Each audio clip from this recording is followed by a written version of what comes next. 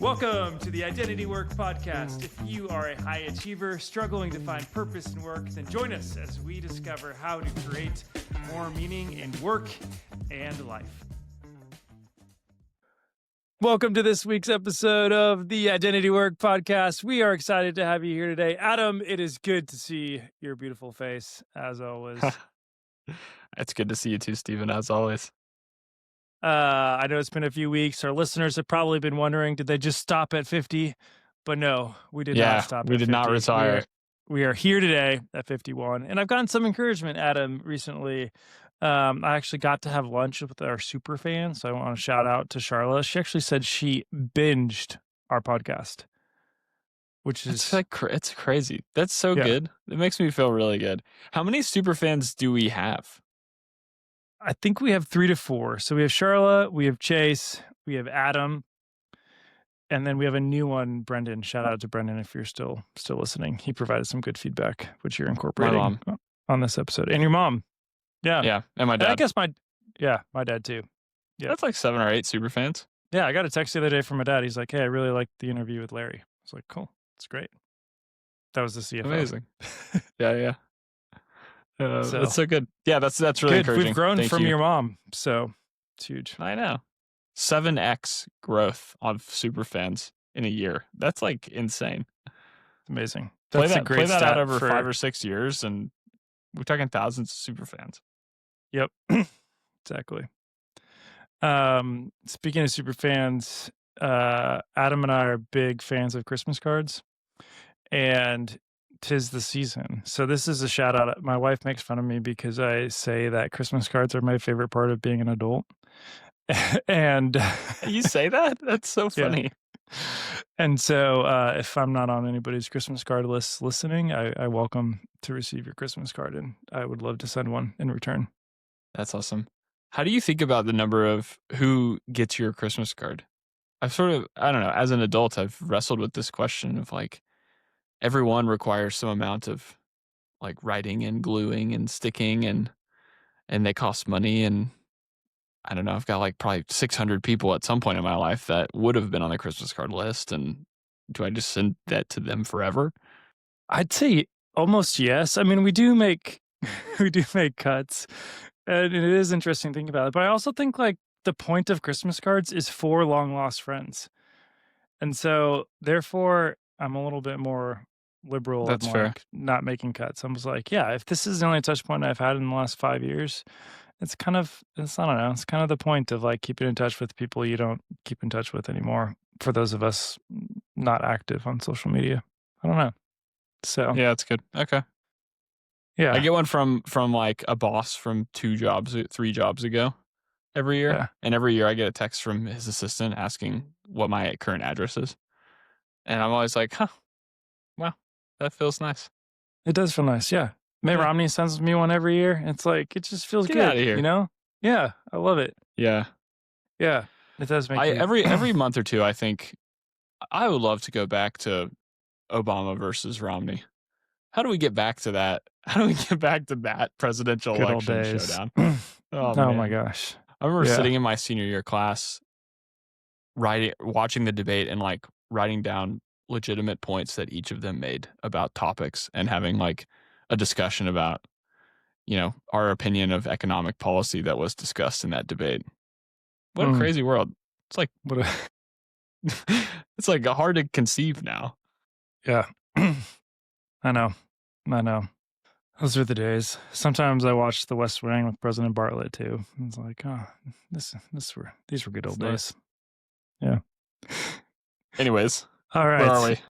We'll digress. We are on the topic. I clicked into another one of your articles about the bridge between work and home. And surprisingly, you did not have any Severance references in that's kind of shocking. Newsletter, which is a big miss on your part, but I added it because it's a hot topic now. It's like, can you literally sever work and life? But we're going to talk a little bit of take a different spin on that a little bit. Have you watched Severance though? We'll just start there. I have. Yeah.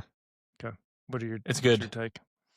Yeah. I mean, I think it's like masterfully done and captivating and interesting, and it's sort of like the new Game of Thrones, you know, if you're not watching it, then everyone else is talking about it and you're sort of bummed that you're not talking about it. But um I also think I went this entire season finishing every episode being like, I learned nothing about this world and we made like almost no progress on this plot at all in like 12 hours of my investment of time. So I don't feel like we're going anywhere, but I'm like intrigued by standing still.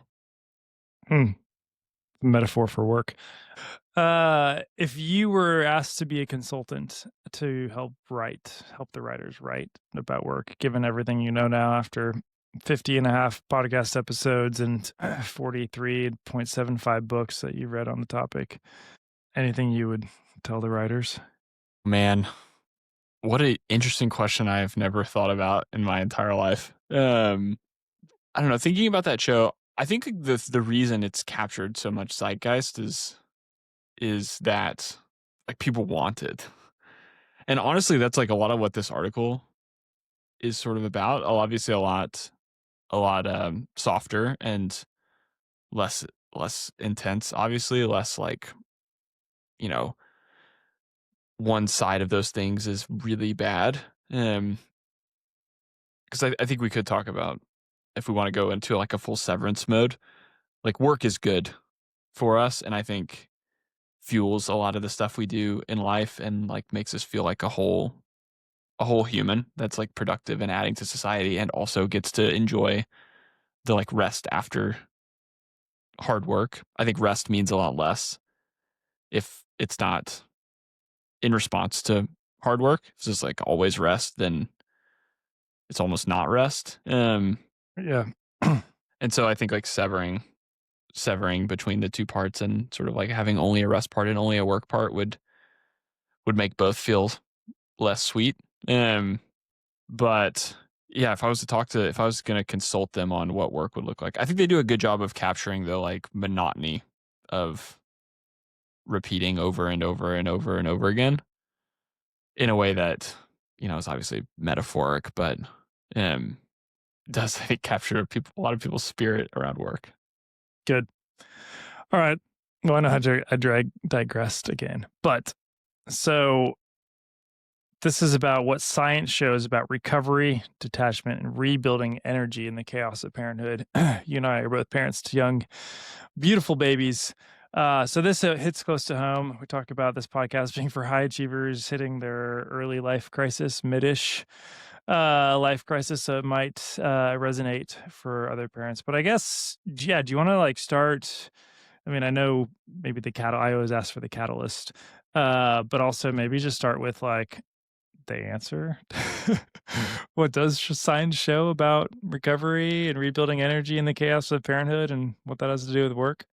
Yeah, I think unsurprisingly, science says recovery is a good thing, and it's very important, and that your feeling of um like your capabilities and your outcomes improve when you get rest. Um, so that's what science says. I didn't read anything that was about like, you know, X hours. It wasn't about sleep. It was a lot more about um creating separation in your mind and being able to switch off work for some amount of time to to be fully present in the non-work stuff. How do you, how do you switch off work? Man, oh my gosh, that's Right? such a good Because like our question, minds are just honestly. constantly running. Yeah. Yeah, man, I would love to get your advice on that. I've asked this question of like 3 or 4 different people in the last 2 weeks or 3 weeks because I just have not been able to. It's been really hard for me to do, and that's honestly what's prompted a lot of the articles that I've written in the last couple weeks, and I write them a bit in advance, you know, so even like the next week or 2 are probably on the same topic of that question. Work's really intense for me right now. It's basically like I work until 6 and then I do parenting stuff until Andy goes to sleep at 8 and then I work until midnight and then I wake up at 5 and have like an hour and a half of doing my own independent life things and then Andy wakes up and sort of like repeat. And so I'm sort of like always 4 hours away from working That is more. intense. If that Yeah. makes sense, you know, Yeah. it's like yeah, I'm with Andy for an hour, but then I'm gonna go into work, and then I finish work and I'm with Andy for another hour, but then I'm going back to work. Um, and so yeah, it's been really hard to turn it off. I think that the the best advice I've gotten, which I don't do particularly well, to be honest, but I do think is the best answer I have, is that it takes more than like 15 minutes. I think trying to have, some 15-minute quiet time in a day is like a good practice and worth doing, but real rest is, you would get a lot more doing one day of pure rest a week than doing like 30 minutes every day, but working every day besides that. And so I've been thinking more about really trying to protect one day from chore, like even chore type work, um, like going to the grocery store, doing laundry, that kind of stuff can feel like this sort of like pseudo rest, where it's like, oh, I'm not working, so that counts. But then you end the day and you're like kind of like, oh, I just did stuff all day. So I've been trying to cram all that stuff into Saturday and have Sunday really just be like an audiobook and going on a walk and uh, no tasks to be done. So that's been my attempt. I don't know. What do you do to try to But quiet work? yeah, I guess pressing there real quick before I answer, and not avoiding the question, I promise. Um, but like sometimes when I have more of that space, my mind just goes to work. Like if I stay quote busier, whether it's going to the grocery store, whatever, It's but if I distracting. have Yeah. s- space, like my thought life still goes to work. Yeah.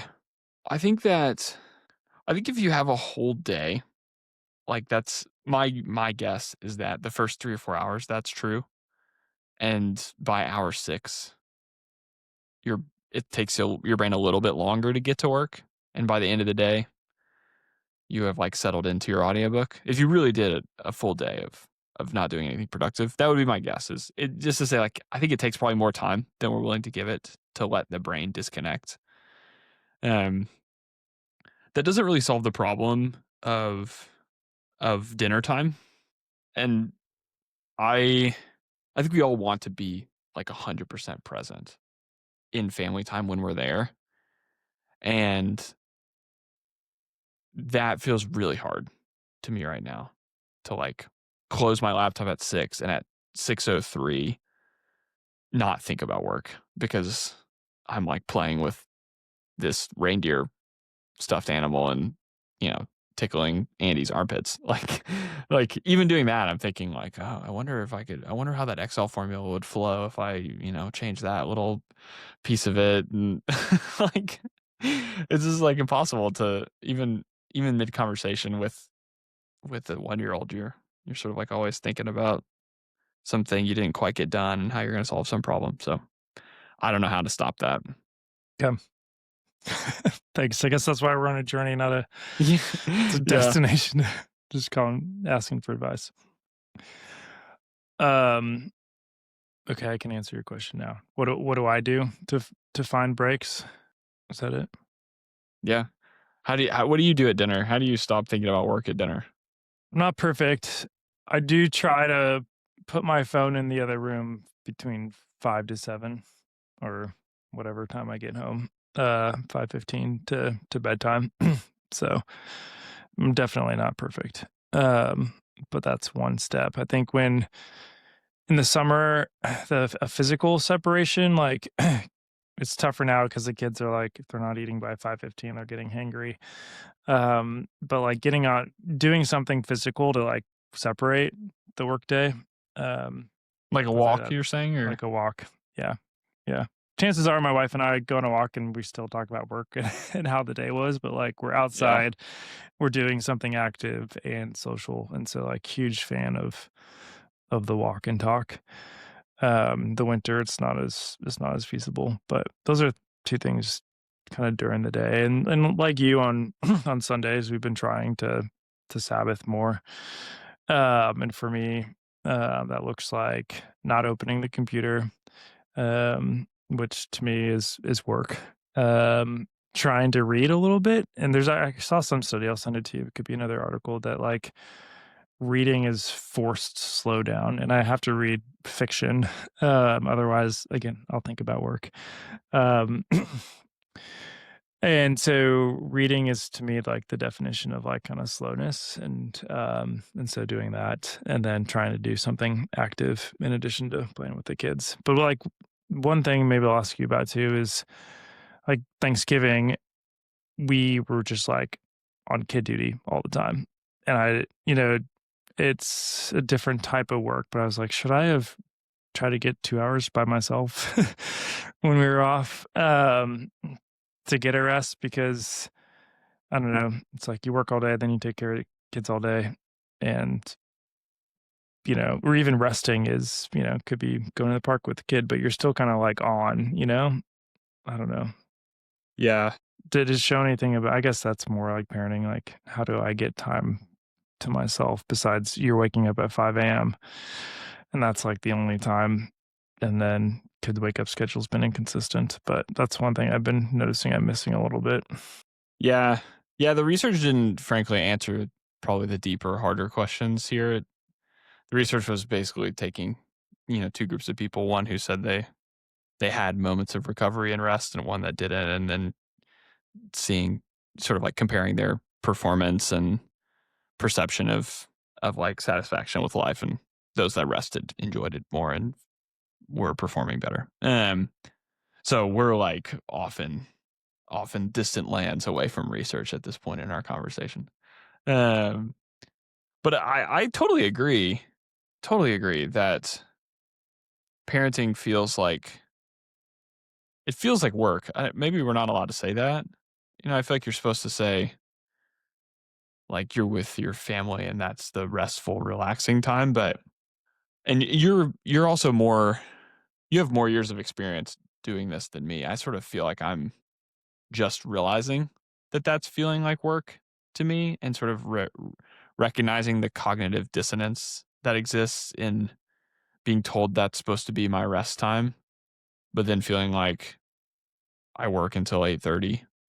Like even if I stop work at 6, Andy, we put down at 7:30, and then it takes her 45 minutes to fall asleep because she's screaming bloody murder. Like it feels like I stopped working at 8:15. Yeah. Like it Yeah, doesn't feel exactly. like I stopped working at 6 and then I had good relaxing time for 2 hours and now I'm ready to like wind down to bed. It feels like I just finished my job. Yeah. Um, Yeah. so yeah, I don't know the answer to that. Some people have told me that that gets different as kids get older. When they're more like independent and autonomous, it can feel more like, I don't know, you're less sort of like responsible for their like staying alive, which you are as a kid, like they can be grumpy in their room by themselves or something. But I'm not there yet, and so I don't know if that's true. Um, so that's not a good Might need answer to to. your question. No, it's okay. I love the Curious empathy. if you have a better answer. No, just that I relate. Yeah. um, yeah, yeah. So Yeah, there we something go. Christy and I have talked a lot about. Christy's my wife, for anyone that doesn't know that.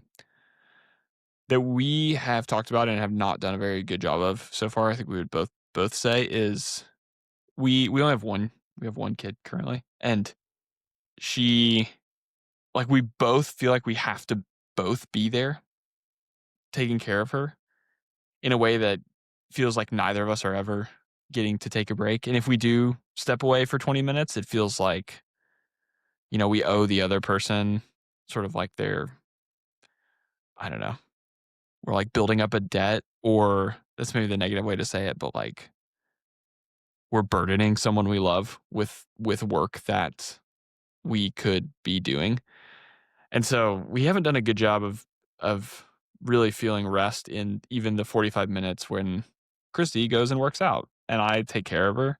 For Christy, that can feel like more burdened than a normal 45-minute workout. It's like I don't even get to go Because she sort of feels actually enjoy this. Yeah, she guilty. feels like guilty that she's not with me, or she doesn't work out, but then ends up just sort of like sitting on the other side of the room being distracted by me taking care of Andy when she, it's like I'm trying to do my quiet time, but I'm just sort of like 5 feet away thinking about being a parent anyways. So I don't know. We haven't figured out how to like balance it. And with one, it should be possible. I've heard that once you have two, there's this sort of like, you got to Yeah, that's divide my and advice. conquer, That's your and one no one thing. gets a break. You got to take a break while you only have one. That's Yeah, your that one goes to do away. thing. And getting out of the house is important for that. Yeah. Yeah, In order yeah, to, that's good. got to get out of the house. And if you're going to like, okay, well, you watch Andy for an hour and a half while I go work out or go read a book at a coffee shop, but you got to get out of the house. Yeah. Yeah. Yeah. What Do about now like what about because like a once you get two normal morning kids, routine? Not like a Saturday. yeah. It's like she wakes up at 7. What do you do until 8:30 when she goes to daycare or whatever? Yeah. I mean, for me, get up at 6, leave. I read the morning brew. Love the morning brew. Uh, to catch up on the news, and then read the Bible, pray a little bit, and then get ready, and then get the kids ready. So, but it's changed lately because Addie was a really good sleeper, but Will is waking up earlier. So it's like, oh, my perfect morning of drinking a Yeah. coffee and having Well, some Steven time. how much time do you spend with them in the morning? Like, what does that time look like? An hour and a half in theory, you know? So, And but you're mostly both there, like, playing and doing stuff? yeah. But honestly, there's not that much playtime. It's like wake them up, get them dressed, get them fed, pack the things for school, drive them, to daycare. So there's like, I thought there'd be more time for play, but there's not. Yeah. Yeah. Yeah, that's fair. Yep. So well, you only have one, divide and conquer. Yeah, Yeah. Or not divide. I don't know what I'm trying to say. Take a break. Yeah. good advice. Yep. But another lesson too is live in the present. Like someday, 20 years from now, we'll have time. We can read the book by the fire and we will miss cuddling with the kids and like miss the joyous squeals of them jumping in the pool, and our kids will want nothing to do with us. And so the lesson from the podcast is to enjoy the busyness during the season, as well, and to try to be present because it goes by fast. Yeah. Yeah, one day these will be the good old days, right? Exactly. Exactly. Okay. Anything else from the research? No, nothing else from the research. I could do some more Okay. complaining. Good. It's probably not the right theme. I should be Good. more I should be more joyful and grateful for the season that is the season. Yep. Easier said than done, but we are on podcast, so we're trying to say it. We're trying to live it. uh, but that's been one of my biggest takeaways from our 50 conversations so far is how can we really live in the present? So thank you for that gift. Yeah, thanks for sending it back.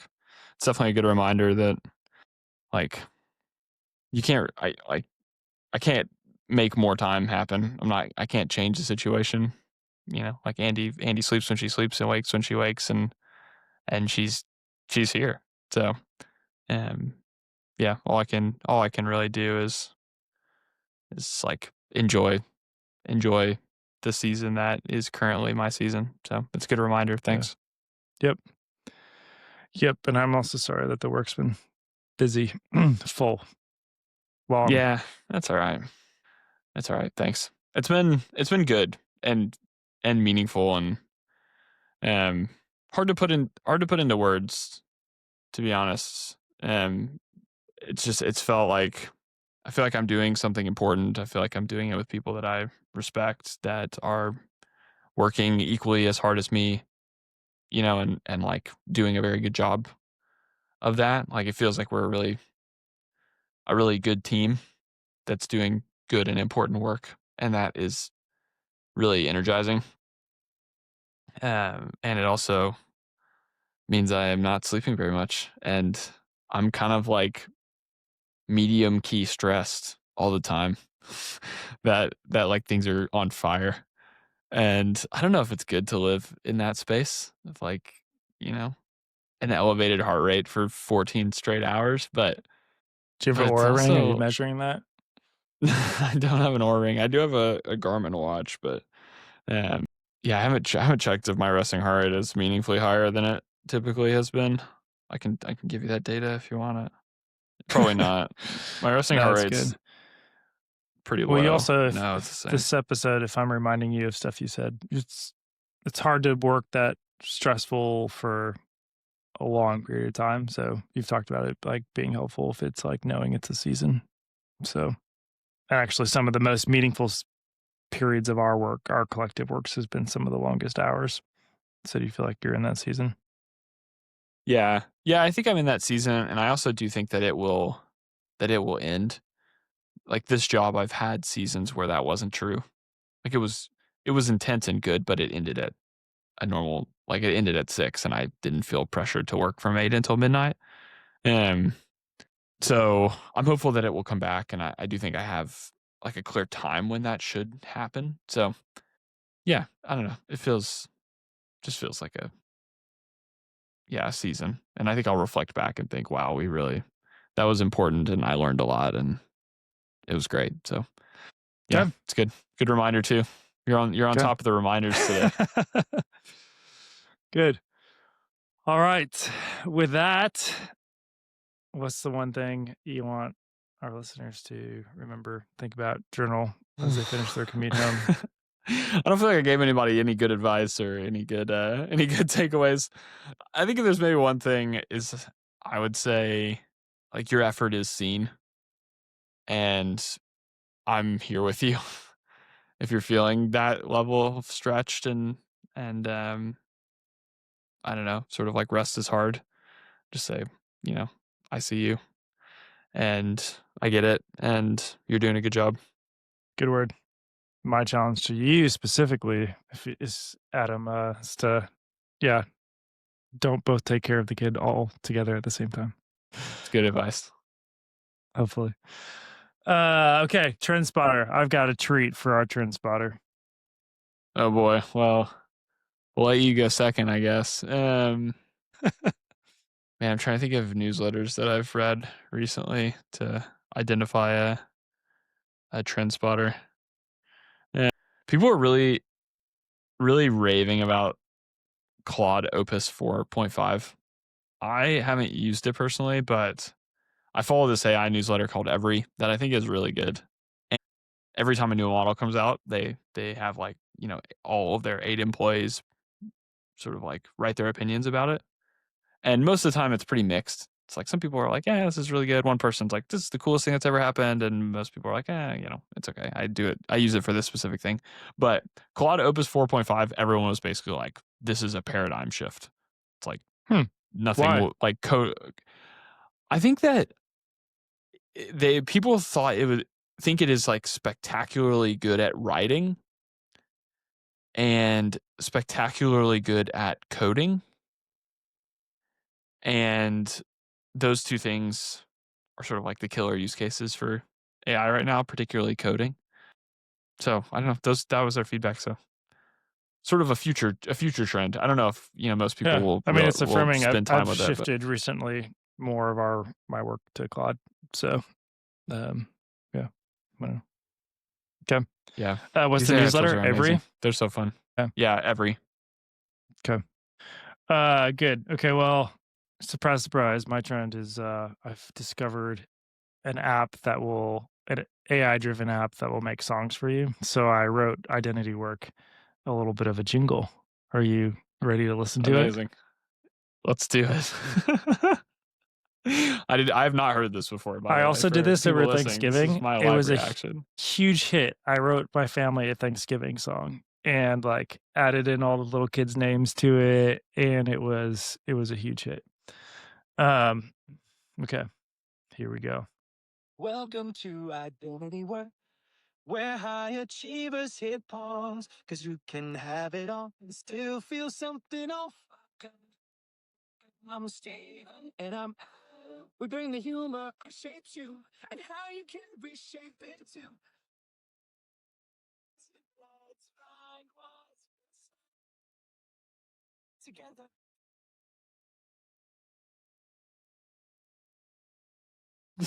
Did you write the lyrics? I used AI to help me, of course. Uh, Wow. What like, I mean, that was incredible. That was way more of a real song than I thought it was gonna be. Um, like, you could really obviously, like, I don't know, like, a bit of a serious sort of biography of a song, but, like, sounded catchy. It sounded yeah. good. Yeah, no, it's Um, great, and I, like, used AI to write a song for my daughter Addie. She's like, "Play Addie's song," and there's, like, a oh my and you can, gosh. like, type in, like, "Create a kids song version of this," so it's, like, really so you can write one for And what Andy. what do you do to prompt it?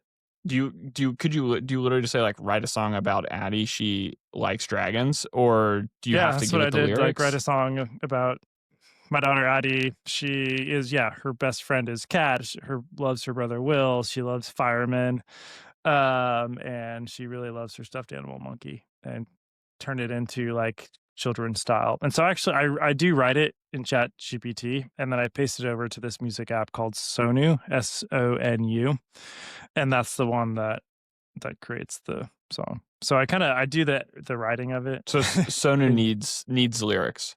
it'll do it for you. I just haven't. I frankly It's maybe just not as good. trust ChatGPT more. Yeah, So interesting. yeah, yeah, Sonu's a that's a big deal app. That's gonna change the way we do music. I don't know if you yeah. followed them very much, but No, I just somebody follow on LinkedIn had mentioned it to like create a song so she could learn a topic, and then I was so just cool. playing with it over Thanksgiving. So, There but have yeah, been, I like, will 5 or change. 6 Sonu artists on Billboard's Top 100.